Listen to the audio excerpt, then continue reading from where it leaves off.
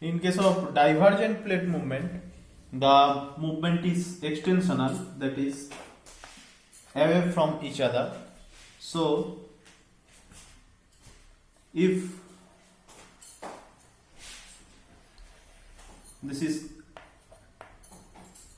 an oceanic lithospheric plate above asthenosphere and any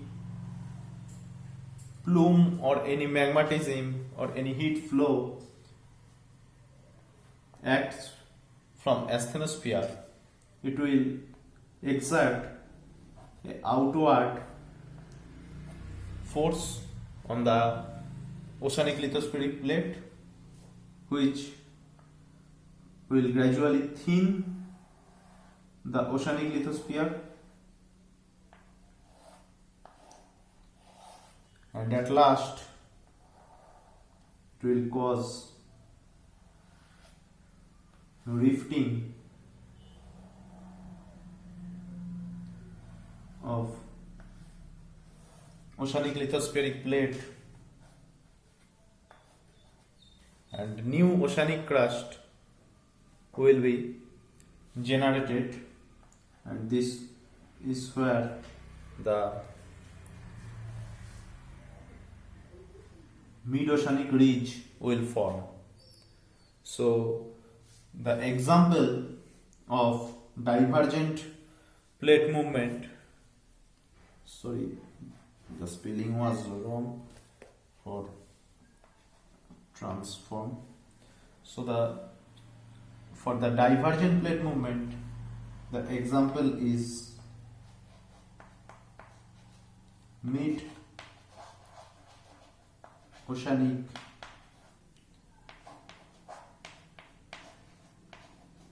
ridge. In short form, it is written as MOR, mid oceanic ridge. So this way, continental, below continent also, due to occurrence of plume, it can move apart and new oceanic crust can be created, which is the scenario of East African Rift Valley. And the last one, the last plate movement is transform, where in convergence both the plates are pushed together, are pushed towards each other. In divergent, they are pulled apart from each other, and in transform, it is just like a shearing movement. Means in plan view, means if you are at the top, this top to bottom view, and these two are two oceanic plate, this is the movement. They will slide past each other. This block will move upward, this block will move downward, which will result into this. They are two lithospheric plate, maybe continental, maybe oceanic. For transform fault, the best example is San Andreas transform fault, and in 3 dimension it will look like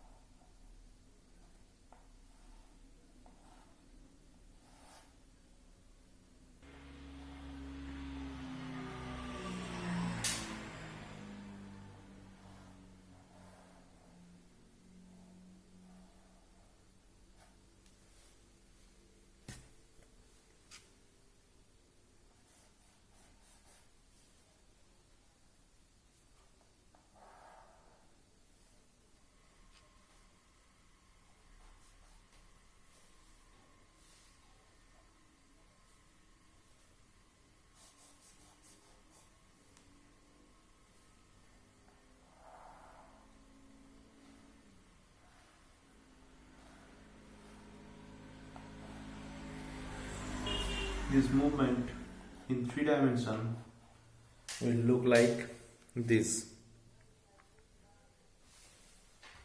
This is the asthenosphere and these are the lithospheric plate slide past each other.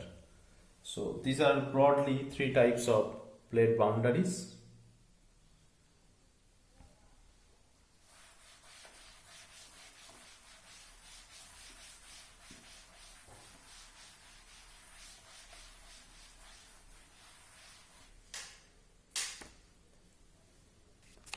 And from here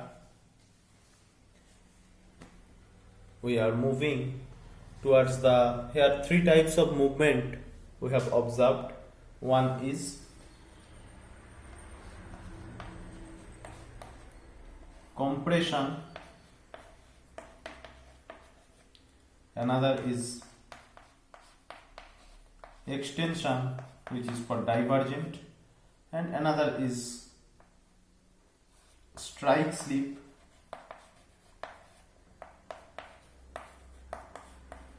or shearing movement. Means this is the transform, this type of force acts during the transform fault. So first, moving towards the structure, elementary structures which forms due to compression.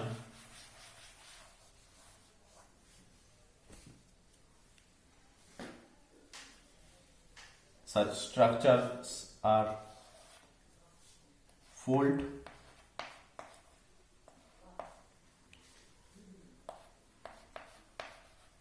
thrust. These are 2 kinds of structure which are generated due to compression. This thrust is one type of fold. So fold, suppose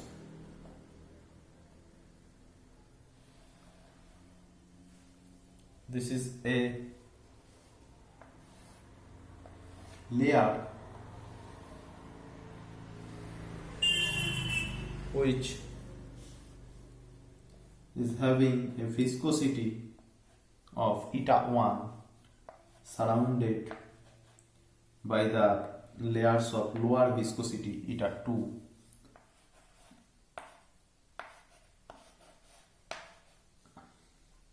Eta stands for viscosity. Viscosity means resistance to flow.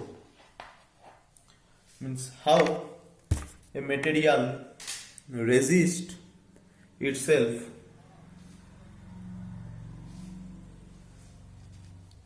towards its flow. So the more viscous layer means it will flow less. In this case, this is the eta1 which is more viscous layer, and the layer which is more viscous we used to say that this is more competent.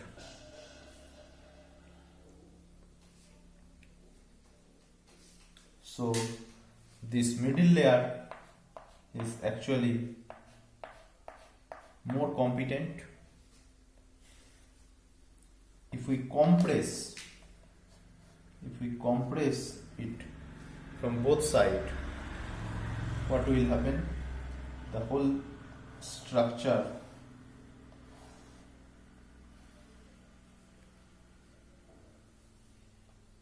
will be thickened.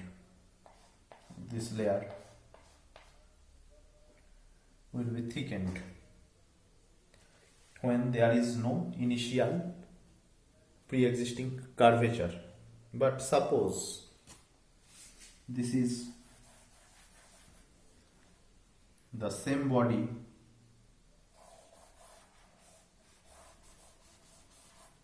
but an initial curvature was there, and the situation is again same.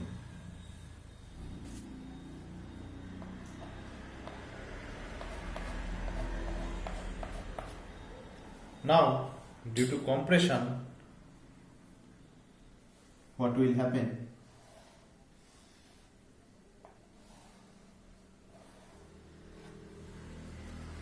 The whole box will be compressed, but from this initial curvature, it will generate a structure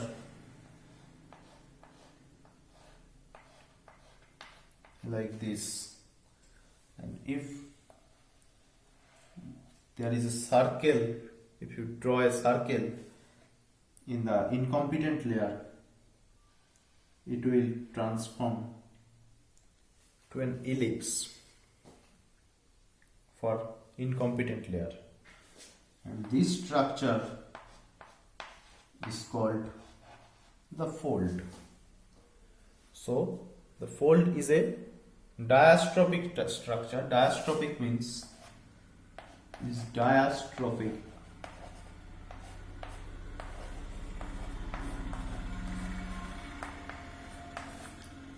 Secondary structure means after solidification of rock, when some deformation takes place and it deform or change the shape or volume of a body of rock, then those structures are called diastrophic structure. So fold is one of the diastrophic structure which is developed due to compression. So this is a fold. A fold, for folding to happen, an initial competence contrast is very much necessary. Two things are necessary. One is initial curvature. First necessary thing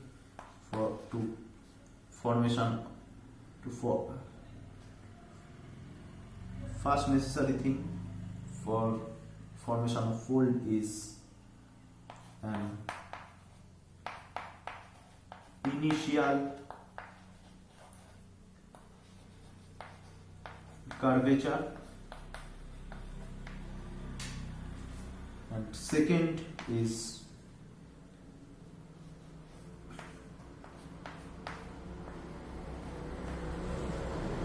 theoretically it can be said as competence contrast.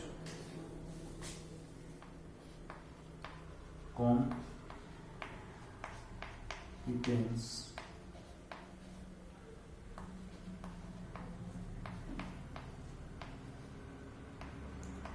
contrast. These two things are very necessary.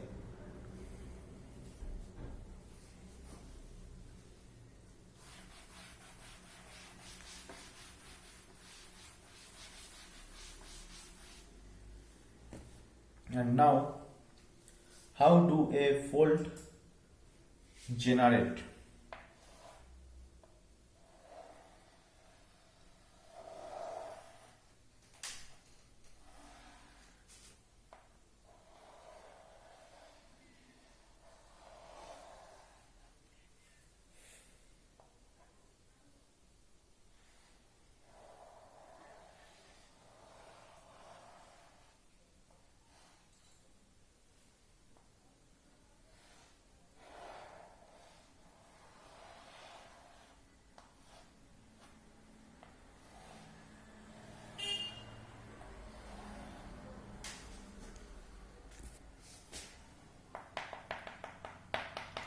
Suppose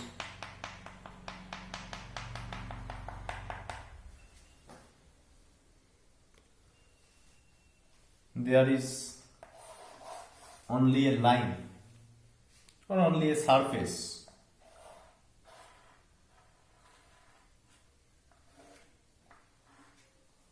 which is folded. it doesn't mean there is a fold. For fold to happen, you need at least two successive surface. Means suppose you got this line, this is not a fold, but this one, if you are getting structure like this, then you can say this is a fold. One extrados and one intrados, one outer surface and one inner surface is needed, because a layer can be folded. If you see only a surface is folded, then it can be a superficial structure also. In sedimentary spectrology, you will be introduced to a structure, a superficial structure whose lower layers are just horizontal. These are called ripples. These are not fold. These are primary structure. For that, for calling it a fold, it should be a penetrative structure. Penetrative means repetitive in a certain scale of observation. Suppose this is your scale of observation. The structure is repetitive. Then only you can call it as a penetrative structure. This is the term penetrative.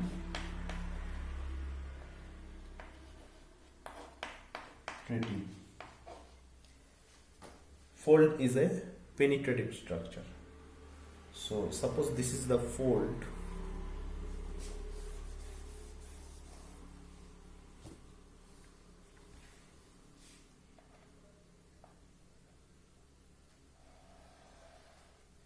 This line, this straight line,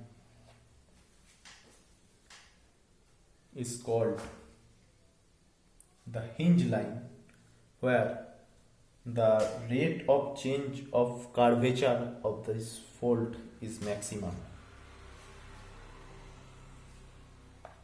This is the hinge line. If we take it, this is a 3D feature. Now if we take its section, suppose just 2D appearance, suppose this is the sectional view of a fold, the rate of change of curvature is maximum here. The rate of change of curvature. So this point is called as hinge point.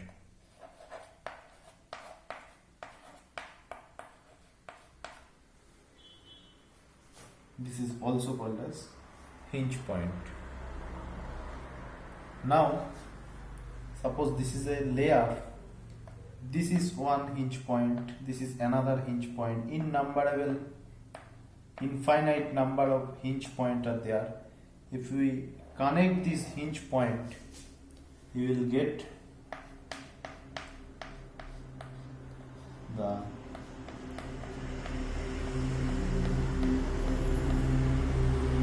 hinge line, and in different layers, if we connect the hinge points with a line, or in different layer, the layer below, this dash line is hinge line. Here also this dash line is hinge line. If we connect these imaginary hinge lines, the surface that connects the imaginary hinge lines are called